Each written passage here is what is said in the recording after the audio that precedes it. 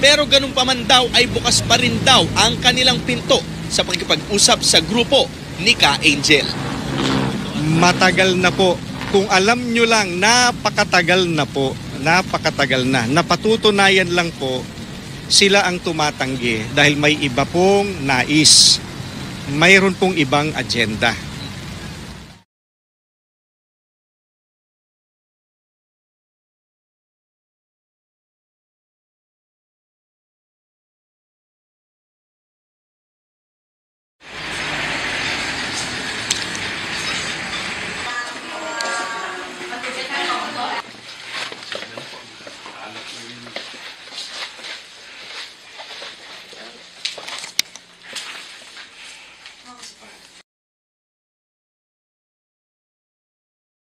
Anong parang po Jerry?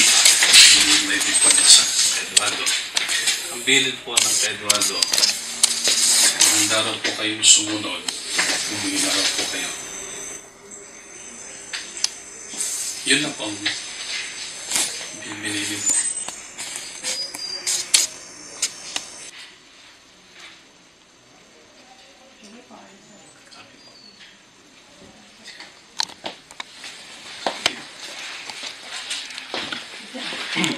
Ito ay muling pinakita natin. Bakit? Alam nyo ba mga kapatid na yung isa sa itinuturing na nagtatag sa Iglesia ni Cristo na may akda sa aklat na ito, ako ay naging ministro ng Iglesia ni Cristo, si Ginoong Igmedio Zabala. Alam nyo ba na may hula pala siya? Ano ba yung hula niya kaugnay sa Iglesia ni Cristo? Alam niyo ba kung ano ang hula niya kaugnay sa Iglesia ni Cristo? Ayon sa aklat na ito, tingnan natin ha, darating daw umano. Darating daw umano ang panahon na ang iglesia, itong tinatalakay natin ngayon, ang iglesia na tinatag nila ayon sa kanyang hula ay pwedeng magkawatak-watak. Babasahin natin yung aklat niya. Eto mga kapatid, bakit magwatak-watak? Dahil tatag lang ng tao. Sa pahina 32 sa naturang aklat, ito ang sinabi niya. Maraming mga aral at gawain ang nabago simula ng ako'y maging ministro ni Ginoong Felix Manalo hanggang sa kasalukuyan. At natitiyak kong marami pa ring babagawin. Lubha pa kung mamamatay na si Ginoong Manalo. Hindi lamang mababago, kundi batay sa kasaysayang aking napag-aralan, gugulo at magkawatak-watak ang Iglesia ni Cristo. Palibhasay, kaming nagsimula nito ay mga tao. Yun ang kanyang hula. Kaya, bahagi na ba sa kanyang hula itong pangyayaring ito? Pero ganun pa man daw ay bukas pa rin daw ang kanilang pinto sa pagkipag-usap sa grupo ni Ka Angel. Matagal na po. Kung alam nyo lang, napakatagal na. Spokesperson, Zabala ang apelyido niya. Kaano-ano kaya siya ni Igmedio Zabala? Ang kinikilalang isa sa mga nagtatag na may akda nito na yumakap sa simbahang Katoliko. Tatalakayin natin ito, lalo na sa punto por punto. Samahan niyo ko. Kasi kamalingan, pag palaging inulit-ulit ay magmukha talaga ang katotohanan para sa ating mga kapatid na kulang ang kaalaman. Ang pagkadaya ay maranasan sa iba't ibang paraan. Pero napakasakit pag madaya madaya tayo sa pananampalataya. Dahil nanganib pati ang ating kaluluwa. Viva Cristo Rey! Pro Dio et Ecclesia. Kumusta? Welcome. Itong inyong lingkod, Brad Wendell Talibong, muling makasama ninyo sa pagkakataong ito.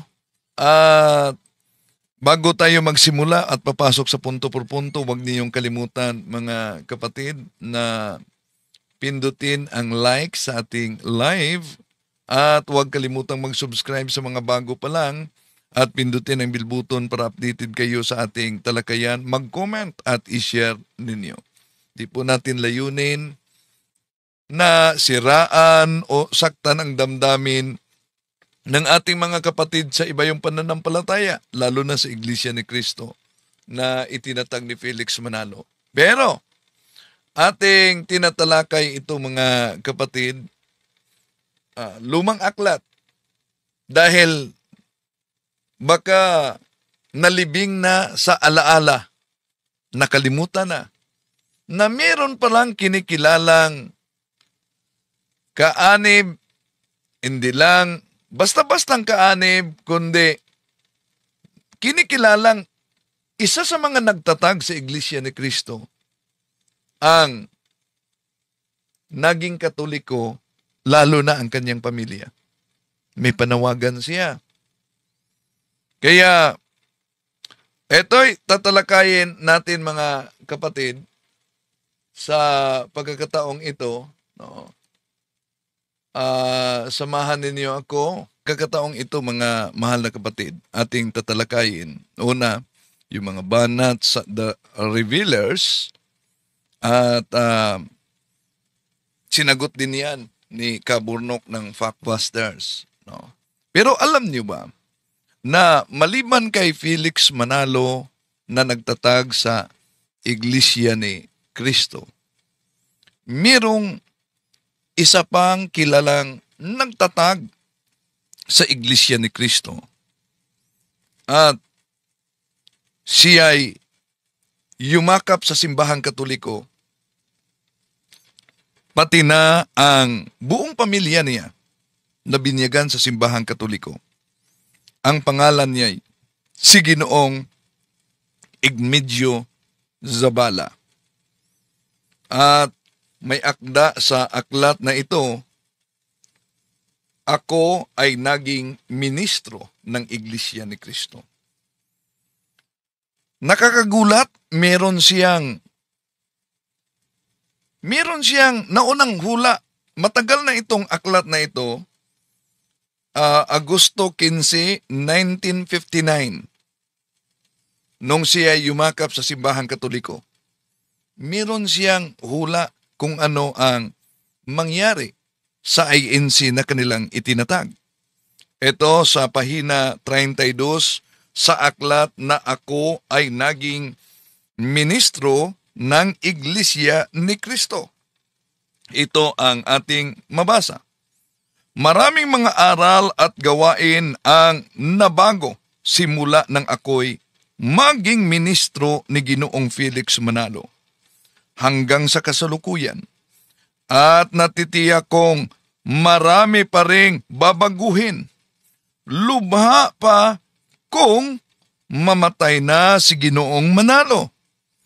Hindi lamang mababago, kundi batay sa kasaysayang aking napag-aralan, gugulo at magkawatak-watak ang Iglesia ni Cristo.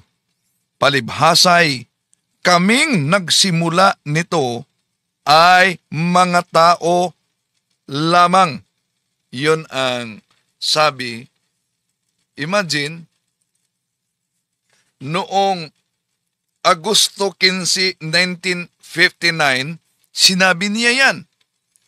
Pero, isa na kaya sa katuparan itong pangyayaring ito? Pero ganun pa man daw ay bukas pa rin daw ang kanilang pinto sa pakikipag-usap sa grupo ni Ka Angel. Matagal na po. Kung alam nyo lang, napakatagal na po. Napakatagal na. Napatutunayan lang po, sila ang tumatanggi dahil may iba pong nais. Mayroon pong ibang agenda. Pinuntahan nila umano si Eduardo Manalo, ang kapatid, at hinarap ni Carini Panoncilio.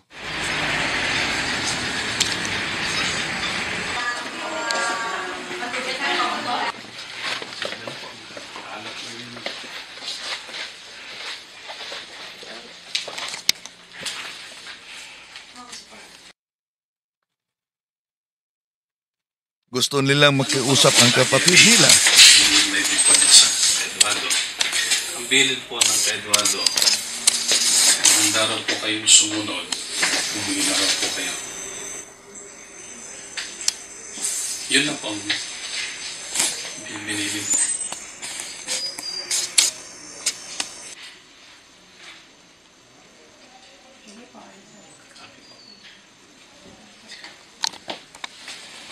Nabigo sila na makausap nila ang tagapangasiwang pangkalahatan sa Iglesia ni Cristo na kapatid nila.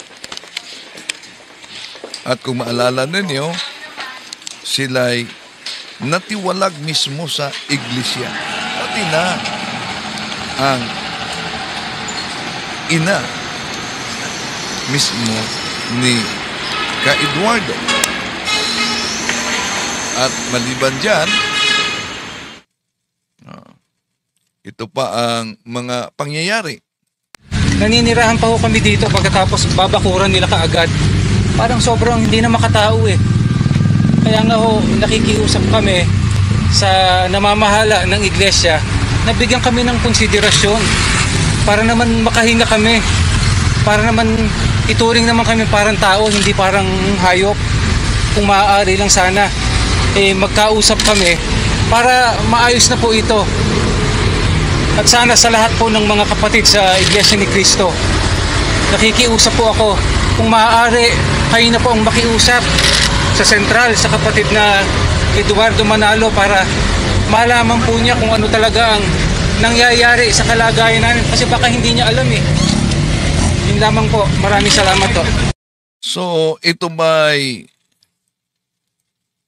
bahagi sa at katuparan sa naunang nasulat ni Ginoong Egmigdio Zabala na ang pamagat, "Ako ay naging ministro ng Iglesia ni Cristo," sa pahina 32. Ulitin natin pagbasa. Maraming mga aral at gawain ang nabago simula nang ako'y maging ministro ni Ginoong Felix Manalo hanggang sa kasalukuyan. At natitiyak kong marami pa ring babaguhin. Lubha pa kung mamamatay na si Ginoong Manalo. Hindi lamang mababago, kundi batay sa kasaysayang aking napag-aralan, gugulo at magkawatak-watak ang Iglesia ni Cristo. Palibhasay, kaming nagsimula nito ay mga tao. So, yun ang kaniyang hula sa INC. At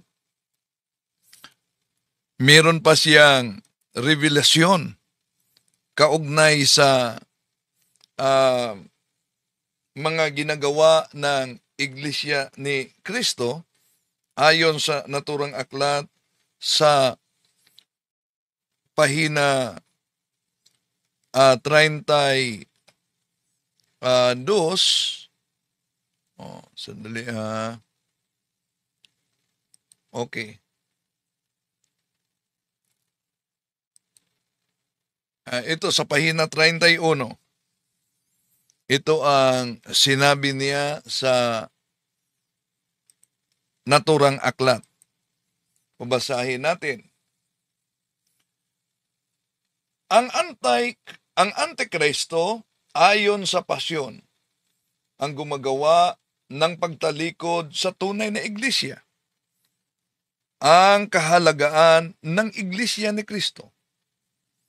Ang mga paksang ito ay tatalakayin ng ministro at ang ginagamit niyang mga aklat ay ang mga babasahing Katoliko. Maaari bang masamang Maari ba namang gumawa ng aklat ang Iglesia Katolika upang ipanira sa sarili at purihin ang Iglesia ni Kristo, ni Ginoong Manalo, na kakahapon lamang sumipot? Idinugtong na mahalaga ang Iglesia ni Kristo. Talagang mahalaga at ikaliligtas ng tao ang Iglesia ni Kristo na itinatag ni Kristong Diyos, hindi ang Iglesia ni Kristo na itinatag ni Ginoong Manalo. Yun ang isa sa mga nakasulat. So, mula pa sa panahon ni Ginoong Manalo, grabe talaga ang paggamit nila sa mga aklat. At ito ang ginamit din ng mga The Revealers, no? At sinagot ni Caborno. Pakinggan natin.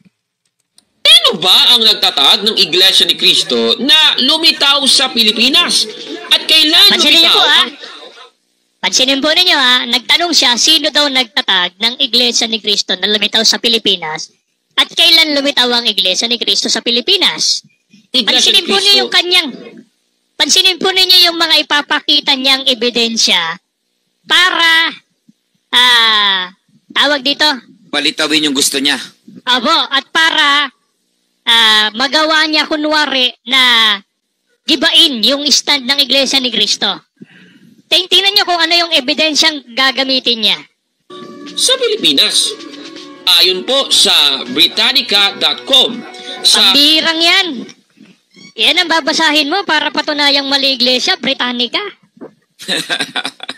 Busted yan. Dapat sana Biblia binasa mo eh. Busted yan. Yan na ba ang pinakamalakas mong sandata laban sa Iglesia? Britannica Encyclopedia? Kuya Sirya, tuloy pa natin. maidagdag ko lang bago natin ituloy yung video. Yung kanyang tanong tungkol sa Iglesia ni Cristo. Bakit Britannica siya kukuha? Wala ka bang makuha na official stand ng Iglesia ni Cristo? Bakit kailangan mong magsinungaling at magturo ng mali para magmukhang tama yung content mo? Napakahinang CFD mo. Packbuster ka. Bakit Britannica Encyclopedia babasahin mo?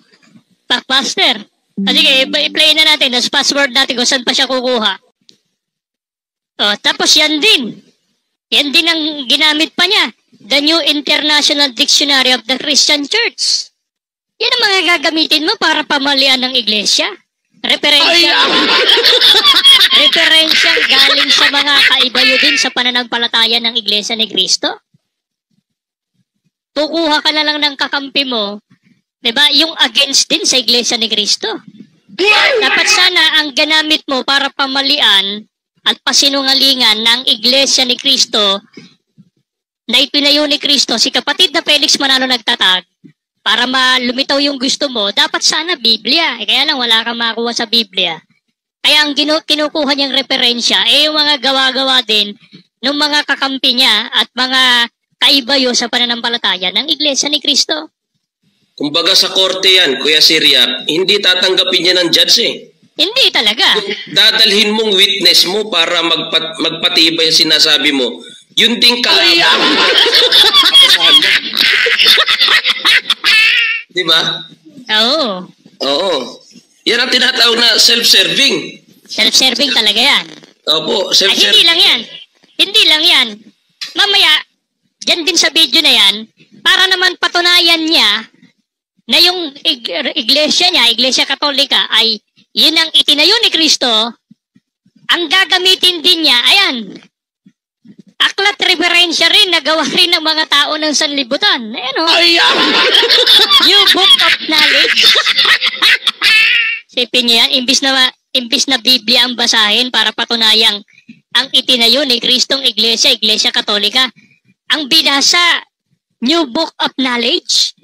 Ano ba nakasulat dyan sa New Book of Knowledge? Nagawa din ng mga Katoliko.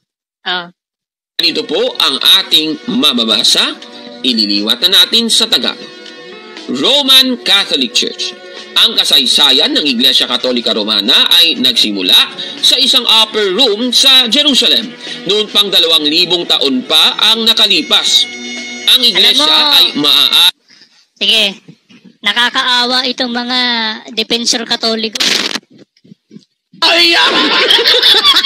Naawa tayo sa kanila. Kasi para patunayan lang nila na sila daw ang itinayo ni Kristo, ang gagamiting aklat, hindi yung aklat na kinasihan o banal na kasulatan eh. Samantalang kanina, yung ating mga ministro naglalahad ng katotohanan, saan binabasa yung katotohanan? Sa Biblia. Diba?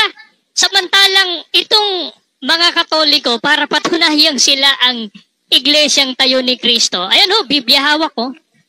Ang babasahin nila, aklat na ginawa ng mga kapwa din nila Katoliko.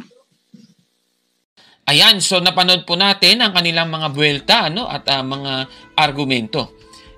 Ayon po sa kanila, bakit daw sa mga referensya hahanapin kung sino ang nagtayo ng Iglesia ni Cristo ni Manalo na kinaaniba ng The Revealers, mga kababayan.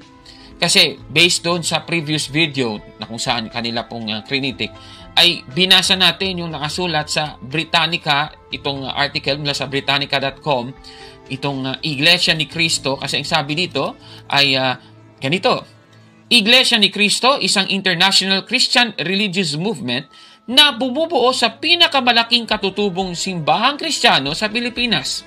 Ito ay itinatag ni Felix Isagun Manalo noong 1914. At yung isa pang binasa natin ay ito pong sa The New International Dictionary of the Christian Church ni J.D. Douglas na nasa page 776. Nakapagtataka kung napapansin niyo doon sa video, hindi nila ipinakita yung video, yung part ng video natin na binasa ko, yung nasabing aklat, kasi natatakot sila siguro na marinig yung sabing ganito: ang Pilipinas ay gumawa ng sariling tong mga kulto. Higit sa lahat, ang Iglesia ni Cristo o Church of Christ na itinatag noong 1914 ni Felix Manalo at nag-aangkin ng ilang milyon. Takot silang ipakita ito. Nako naman Sige. Tapos, yung isa pa nilang belta, sabi nila, bakit sa mga referensya hahanapin kung sino ang nagtayo ng Iglesia Katolika Apostolika Romana na aking kinaaaniban di umano, ayon sa kanila, no? Sige. So, yung kanila kasing kritik dyan ay yung binasa nating aklat, itong The New Book of Knowledge, Volume 16, page 287. At hindi ko na pababasahin yan dahil ang sinasabi dyan, ang Iglesia Katolika ay itinayo ng ating Panginoong Jesucristo. At ayon din sa Standard Encyclopedia, page 776, ang kasaysayan ng Roman Catholic Church ay sa katunayan ang kasaysayan ng Kristyanismo. Takot sila dito, At talagang umiiyak sila kapag babasahin natin ito. So, sagutin natin ngayon ang tanong: bakit sa mga referensya hahanapin kung sino ang nagtayo ng Iglesia ni Cristo ni Manalo na kinaaaniban ng The Revealers? At bakit sa mga referensya din hahanapin kung sino ang nagtayo ng Iglesia Katolika Apostolika Romana na akin namang kinaaaniban ayon sa kanila, no? Sige. So, siguro, para maganda yung sagot, tanungin natin ang banal na kasulatan. Ano ba ang sabi ng Biblia? Naalala ko tuloy, ang sabi nila na ako daw ay mahinang CFD dahil sa encyclopedia daw bumatay. Balikan nga natin yon. Bakit kailangan mong magsinungaling at magturo ng mali para magmukhang tama yung content mo? Napakahinang CFD mo. Packbuster ka. Napakahinang CFD mo. Packbuster ka. Napakahinang CFD mo, packbuster ka. Grabe talaga sila, Ang tindi talaga. Pero tanungin natin ang Biblia. Ano ba ang sabi ng Biblia? Pamasahin natin ang 8:8 ng Job. Ganito po ang ating mababasa. Read the history books and see.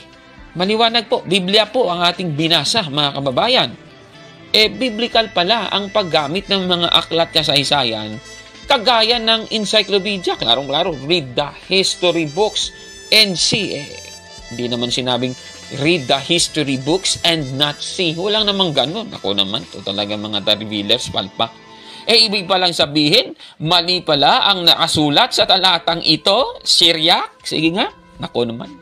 Ito naman talagang taga-The Revealers, kawawa naman. Bakit babasahin natin ang aklat kasaysayan? Ayon po sa Isaiah chapter 41 verse 4, yung babasahin natin yung salin na International Children's Bible, ganito po ang sabi, "Who caused this to happen? Who has controlled history since the beginning? I, the Lord, am the one. I was here at the beginning, and I will be here when all things are finished." Klarong-klaro po sa ating nabasa. Sino daw ang kumukontrol sa kasaysayan? Ang Panginoong Diyos. Ang Diyos ang may kontrol sa kasaysayan. Kaya, dapat nating malaman ang pagkontrol ng Diyos sa kasaysayan sa pamamagitan po ng mga aklat kasaysayan. Mga kababayan, napakaliwanag po niyan. Ang Diyos talaga ang kumukontrol ng kasaysayan. Katunayan, sa saling pa nga ng Magandang Balita Biblia. Ang sabi dito, sinong nasa likod ng lahat ng ito? Sinong nagpapagalaw sa takbo ng kasaysayan mula sa pasimula? Akong si Yahweh na naroon na noon pa man at mananatili hanggang sa katapusan. Napakaliwanag po ng ating nabasang ito, mga kababayan. Ibig bang sabihin nito, mali din yung nakasulat sa talatang ito, Mr. Syriac? Ako naman, kawawa naman talaga itong mga taga-iglesia ni Cristo ni Manalo. Mga palpak talaga, no? Kaya napatunayan nating mahinang defensor pala sila ng iglesia ni Cristo ni Manalo. Itong mga taga-The Revealers dahil hindi nila kayang panindigan ang kanilang sinasabi. Ako naman. Susunod naman nating tatalakayin yung pahayag nilang dapat daw sa Biblia hahanapin ang mga ganitong impormasyon at hindi daw dapat sa mga encyclopedia. Nako naman, grabe naman yan. Sa bagay, yun naman talaga yung aral nila. Kagaya nitong nasa sa Iglesia ni Cristo Church of Christ, welcome ka, isang pasugo, God's Message Magazine, special issue sa pahina 20. Ganito ang sabi, ano ang batayan ng pananampalataya ng mga kaanib ng Iglesia ni Cristo? Ang tanging batayan ng mga doktrinang itinataguyod ng Iglesia ni Cristo ay ang Biblia o ang mga banal na kasulatan. Kaya nga sila, Bible alone, no? O Bible alone doctrine yung kanilang sinusunod, mga kapatid. Wala ka namang mababasa sa Biblia na dapat sa Biblia lamang ang batayan ng pananampalatayang Kristiyano. Walang ganon. Wala kang mababasang ganon. Katunayan, sa 2 Tesalonica 2:15, dapat yung batayan, ayon dito, kaya nga, mga kapatid, magpakatatag kayo at panghawakan ninyo ang mga katuruang ipinasa namin sa inyo sa pamamagitan man ng aming sinabi o isinulat. Klarong-klaro po.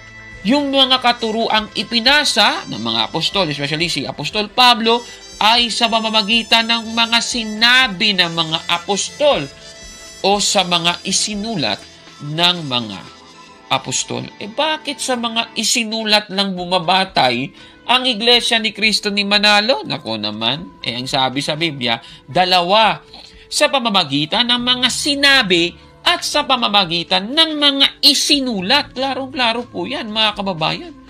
Ang mga sinabi bang ito ni Apostol Pablo? Salita ng Diyos din ba ito o hindi? Nako naman, grabe naman yan. Kaya ito, mali ito, mga kababayan. Busted! Yan! Nako, mali po yan. Siguro, sa palagay ko, takot lang kasi silang tanggapin ang katotohanang hindi sila talaga itinayo ng ating Panginoong Jesucristo at ilusyon lang talaga nila ang mga kanilang sinasabi, mga kababayan. Nako naman. Ano pa ba ang kanilang sasabihin laban kay Kaburnok? Balita ko kasi, babasahin nila ang isang referensya at hindi sa Biblia. Nako naman, ito, panoorin natin. Tingnan natin, ano? So, batay dun sa mga aklat referensya, unfortunately, hindi po ayon sa Biblia. Batay dun sa mga aklat referensya na gawa din ng mga kapwa Katoliko na ni Pakbaster. Ang Iglesia Katolika daw, Roman Catholic Church, ay si Kristo nagtayo, kay Kristo nagsimula. At nagsimula daw sa upper room ng Jerusalem 2,000 years ago. So, yun ay ayon sa aklat referensya, hindi sa Biblia. Pero ito po, babasahin ko, mga nakikinig. Aklat na pinamagatang How Did the Catholic Church Start? Ito. Yung aklat na ito na sulat ng pare, opisyal na aklat Katoliko ito sapagkat mayroong nihil obstat at mayroong imprimatur. Na-publish po ito noong 1952. Ano sinasabi ng pare sa aklat na ito tungkol sa Iglesia Katolika? Pareho ba nung sinasabi nung referensyang binabasa ni Pakbaster na si Kristo daw nagtayo ng iglesia at nagsimula sa Jerusalem noong 2,000 years ago? Dito po sa page 35 ng aklat na ito nakasulat. Back to the beginnings. So, the Catholic Church, So, the Catholic Church does not start with Jesus Christ. Yan ang klarong-klaro. Kaya tatanungin ko si Pakbaster kung sasagot siya sa video na to. Sino paniniwalaan niya ngayon? Yung encyclopedia? Yung New Book of Knowledge? O itong opisyal na aklat Katoliko na sinasabing ang Iglesia Katolika hindi pala nagsimula sa Panginoong Jesucristo? Kailan nagsimula ang Iglesia Katolika? Kailan nagsimula ang Iglesia Katolika kung hindi ito nagsimula kay Kristo? Dito naman po sa page 36, ganito nakasulat. Way back.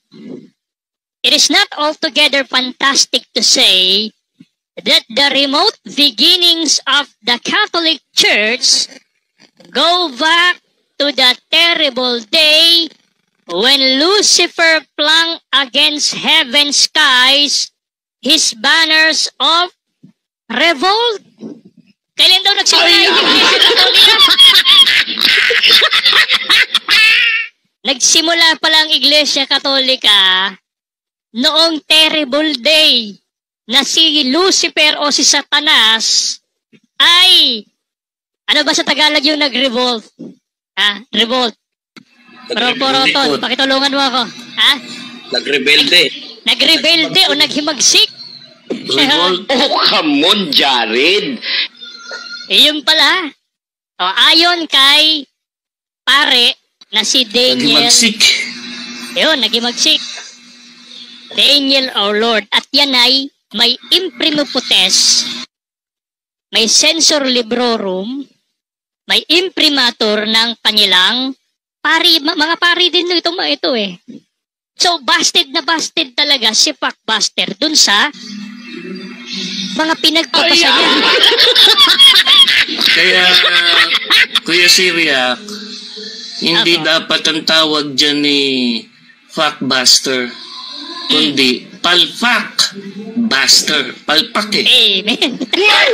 Ayon sa kanila, ang isang aklat Katoliko ang umamin na hindi nagsimula kay Kristo ang Iglesia Katolika. Aba, grabe naman ito talaga mga kababayan. At yung binasa, itong How Did the Catholic Church Start ni Daniel Lord sa page 35. Kasi sabi daw dito, back to beginnings. So the Catholic Church does not start with Jesus Christ. Tapos meron pang isa, itong nasa page 36 naman. Ang sabi naman dito, it is not altogether fantastic to say that the remote beginnings of the Catholic Church go back to the terrible day when Lucifer flung against heaven's skies his banners of revolt. Yan ang nakasulat. Dahil nakasulat ito, pinapalabas nila, umamin daw ang Iglesia Katolika na hindi daw itinayo ni Kristo ang kanilang iglesia. Tanong, totoo ba ito, mga kababayan? Sandali. Akala ko ba sa Biblia lang dapat ang batayan para malaman kung sino ang nagtayo ng iglesia ninyo? Ang birang yan. Yan ang babasahin mo para patunayang mali iglesia, Britannica. Busted yan. Dapat sana Biblia binasa mo eh. Sana Biblia binasa mo eh. Sana Biblia binasa mo eh. Bakit nagbasa sila ngayon ng isang aklat? Nako naman, grabe talaga. Ang tawag dyan, mga kababayan, INC. Inconsistent. Nako naman double standard po yan, mga kababayan. At galit ang Diyos dyan, mga kapatid. Pabasahin natin ang Proverbs chapter 20, verse 23. Sa The Passion Translation, ganito po ang ating mababasa. The Lord hates double standards. That's hypocrisy at its worst. Klarong-klaro po. Nasa Biblia po. Impokrito kayo talaga, mga taga-The Revealers. Kasi double standard. Mga kababayan, biruin mo, sasabihan tayo na hindi pwedeng magbasa sa mga aklat kasaysayan, sa mga encyclopedia. Dapat sa Biblia lang. Ang ending sila pala itong nagbasa, hindi sa Biblia. Ako, nakakahiya talaga ito, Double standard talaga. Ngayon, paano naman itong binasa nila? Itong nasa page 35, mga kababayan. Kasi sabi dito, so the Catholic Church does not start with Jesus Christ. Base ba sa kanilang binasang referensya? Ibig bang sabihin nito, hindi si Kristo ang nagtayo ng Iglesia Katolika? Sabi namang sweeping conclusion yan, mga kababayan.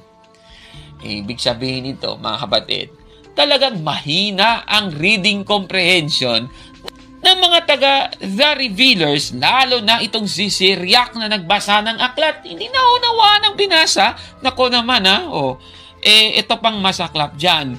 Kung babasahin ko pa, itong nasa page 12, sa aklat din ito, na kanilang binasa, ay nako, talagang babagsak talaga sila sa kubunoy. Ano bang sabi sa pahina 12? Ganito po ang sabi. Si Kristo ang nagtayo ng Iglesia Katolika. Napakaliwanag po. Christ is the founder of the Catholic Church. Bakit po iniwasan nila ang nakasulat na ito sa aklat na kanilang binasa? Na si Kristo ang nagtayo ng Iglesia Katolika. Kasi pinipili na nila ang kanilang babasahin. Nako naman, talagang INC, incomplete. Nako naman. Kawawa naman. Ngayon, babasahin natin. Itutuloy natin, ito pa ang sabi. Gayon pa man, higit pa ang ginawa niya kaysa sa pag-imbento lamang ng isang bagong anyo ng relihiyon. Sa katunayan, hindi tama na sabihin si Jesucristo sa kanyang iglesia ay nagsimula ng isang bagay na ganap na bago at kakaiba. Mula sa lumang batas, iningatan niya ang lahat ng pinakamabuti. Dito niya pinag-isa ang alam niya na dapat pang gawin. Siya mismo ay kabilang sa lumang tipan at sa bago. Siya ang kawing na nag-uugnay sa kanila. Ang katuparan ng propesiya, ang ama ng lubos na pananampalataya. Si Kristo pala, yung kanyang iglesia na itinayo, hindi isang napakabagong institusyon, kundi ito po ay galing sa mga sangkap na galing po sa lumang tipan at yung iba naman nasa bagong tipan, mga kababayan. Itinayo po ni Kristo ang kanyang iglesia gamit ang mga sangkap na bida sa lumang tipan at pati yung mga nasa bagong tipan. Katunayan, biblical po yan. Nasa Efeso 2:14 hanggang 16. Ganito po ang sabi. Sapagkat si Kristo mismo ang nagbigay sa atin ng kapayapaan dahil pinag-isa niya ang mga Hudyo at ang mga Hintil. Sa pamamagitan ng kanyang katawan, giniba niya ang pader ng alita na naghihiwalay sa atin. Pinawalang bisa niya ang kautusan, kasama ang mga utos at mga alituntunin nito, upang mula sa dalawang lahi ay makalikha siya ng isang bagong bayan na nakipag-isa sa Kanya at sa gayon ay magkaroon ng kapayapaan sa pamamagitan ng Kanyang kamatayan sa krus. Binakasan niya ang kanilang alitan, pinagkasundo sila sa Diyos at pinagbuklod sa iisang katawan. Napakaliwanag po. Para mabuo yung iisang katawan, yan na siyang iglesia, Colosas 1:18, ginamit po niya ang dalawang sangkap, ang mga Hudyo na siyang bida sa lumang tipan at ang mga hentil na isa sa mga bida sa bagong tipan, mga kababayan. Katunayan, dito rin sa aklat, mapapansin na itong pagtayo ni Kristo ng kanyang iglesia ay isang katuparan sa propesiya. At yung propesiya na yun ay isa na dito, yung nasa Daniel 2:44, na ganito po ang ating mababasa. At sa mga kaarawan ng mga hari yaon ay maglalagay ang Diyos sa langit ng isang kaharian na hindi magigiba kailanman, o ang kapangyarihan man niya oy iiwan sa ibang bayan, kundi pagpuputol-putulin at lilipunin niya ang lahat na kahariang ito, at niya oy lalagi magpakailanman. Klarong-klaro po. Dito po sa ating nabasang talata, may binabanggit po na ang Diyos daw sa langit ay magtatayo, maglalagay ng isang kaharian na hindi magigiba kailanman. Ang katuparan nito, mga kababayan, ay ang mababasa sa Mateo 16:18. Dahil ang sabi sa Daniel 2:44, yung kaharian na yun, hindi magigiba kailanman, kahit daw ang mga pintuan ng Hades, hindi magsisipanaig laban sa kanya. Mateo 16:18, mga kababayan. So talagang biblical po ang nakasulat sa aklat, mga kapatid. Ngayon, puntahan naman natin yung isa pa nilang argumento, yung nakasulat sa page 36 daw, na ganito ang sabi, ililiwat ko na sa Tagalog. Ito ay hindi lubos na kahangahangang sabihin na ang malayong simula ng simbahang Katoliko ay bumalik sa kakilakilabot na araw nang ihagis ni Lucifer sa kalangitan ng langit ang kanyang mga bandila ng pag-aalsa. Nung binasa nila ito, tuwang-tuwa sila. Tanong, noong panahon na ito ba, natayo na ba ang Iglesia Katolika dahil sa kanilang binasang ito? Sige, tingnan natin. Pamasahin naman natin sa aklat pa rin na ito, sa page 65. Ganito po ang ating mababasa. Ililiwat ko na sa Tagalog. Ang Iglesia Katolika ay nasa isip na ng Diyos noong ang paghihimagsik ni Lucifer ang nagpahati sa makalangit na populasyon at nag-iwan ng espasyo para sa paglikha ng sangkatauhan. Bakit hindi nila binasa ito? Kasi nga, pumipili sila ng kanilang babasahin. Ako naman. Talagang INC nga, incomplete, mga kababayan. Klarong-klaro, ang Iglesia Katolika, noong time ni Lucifer, nung siya'y naghimagsik sa ating Panginoong Diyos, nasa isip na ng Diyos ang Iglesia Katolika. Isang isipan ng Diyos ang Iglesia Katolika. Ibig sabihin, mga kababayan. Tama. Naging existido ang Iglesia Katolika bilang isang iglesia dahil itinayo ito ng ating Panginoong Jesucristo. Klarong-klaro sa aklat, si Kristo ang nagtayo ng Iglesia Katolika. Bakit hindi nila ito binasa? Nako naman, INC talaga, incomplete. Nako Kaya itong kanilang grabing konklusyon na ito, nakakatawa talaga, INC nga, no? Inconsistent, incomplete pa. Ano itong si Syriac, itong mga The Revealers, di incompetent. Nako naman. Kawawa talaga. Kaya, busted yan. Nako tanong, sino ngayon yung palpak buster? Tayo, okay naman. Palpak buster kasi silang mga palpak yung binabasted natin. Nako naman. Kawawa naman. Sino? Iyon ang pagtalakay at pagsagot ni Kaborno kaugnay sa The Revealers. May hinanda ko, sana ako kanina sa revealers. Ang problema, may diferensya yung kagamitan natin. Kaya ito ang ating pinipili ngayon. So, balikan natin mga kapatid. Ang may akda na ito na ako ay naging ministro ng Iglesia ni Cristo. Si Egmedio Zabala. Alam nyo ba na siya ay nasa cover ng Pasugo magazine mismo ng Iglesia ni Cristo? Ito.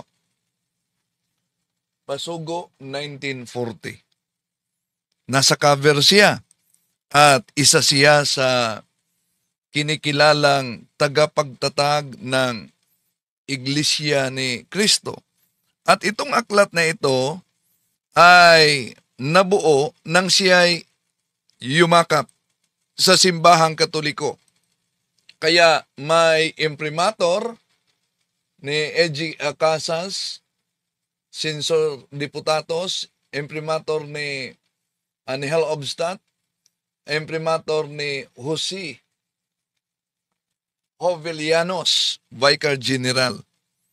Alam niyo ba na may panawagan siya sa lahat ng mga Katoliko? Ano po ba yung panawagan niya para sa mga Katoliko? Ito po ang panawagan niya nakasulat sa pahina 50 mga kapatid. Ito ang panawagan niya. No? Sa pahina 50 sa aklat na ito, babasahin po natin ang panawagan niya. Nanawagan ako sa inyo sapagkat ako'y naging ministro ni Ginoong Manalo sa loob ng may 18 taon at natatalos ko ang punot dulo ng iglesia. Ang layunin ko'y manumbalik kayo sa liwanag at katotohanan. Kung sa bagay, alam ko ring hindi kayo matitinag sa pamamagitan ng argumento sapagkat hindi naman kayo tatanggap ng paliwanag. Datapuat, nagbabakasakali ako, kaya't naglalakip ako ng panalangin sa aking paliwanag at panawagan. Iniibig ko ang kayong lahat, bagamat salungat ako sa mga aral at gawain ninyo na hindi makakristyano. Ganito rin naman, sana ang maging pakikitungo ninyo sa akin. Wika nga, ibigin ang nagkakasalat, nagkakamali, subalit kapupuutan ang kasalanan at kamalian. Yun ang panawagan niya. At alam niyo ba, may pakiusap siya para sa mga Katoliko. Ano ba yung pakiusap niya para sa mga Katoliko? Ito po ang kaniyang pakiusap para sa mga Katoliko. Nasa pahina 6 sa aklat na ito.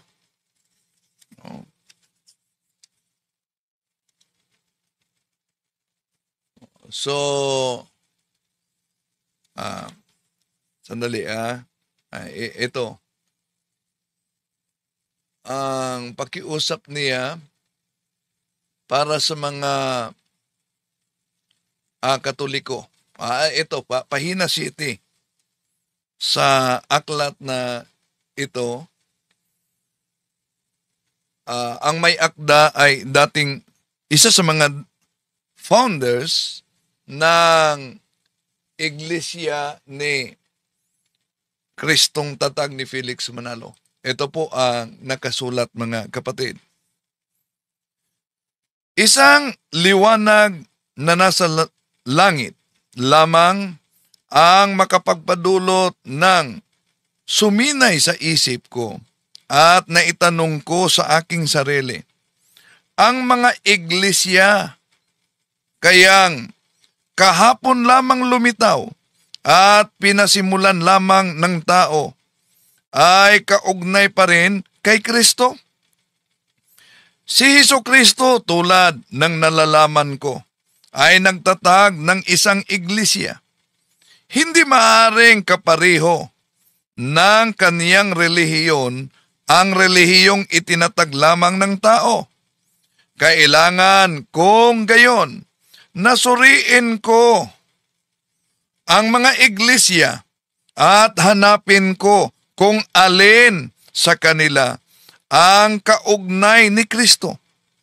Tiyak ng hindi yaong kay Ginoong manalong iglesia na kaugnay ni Kristo, sapagkat kilala ko si Ginoong Manalo at ako'y isa sa mga nagtatag nito. Hindi rin yaong mga napasukan kong pawang tatag din ng tao. So, yon ang kaniyang revelasyon, mga mahal na kapatid, na ang iglesia na kanyang iniwanan, kung saan siya ay kasali sa pagtatag, ito'y hindi kay Kristo. Kaya sana sa ating pagtalakay ngayon, magiging gabay ito sa karamihan, lalo na sa mga nagsasaliksik talaga sa katotohanan.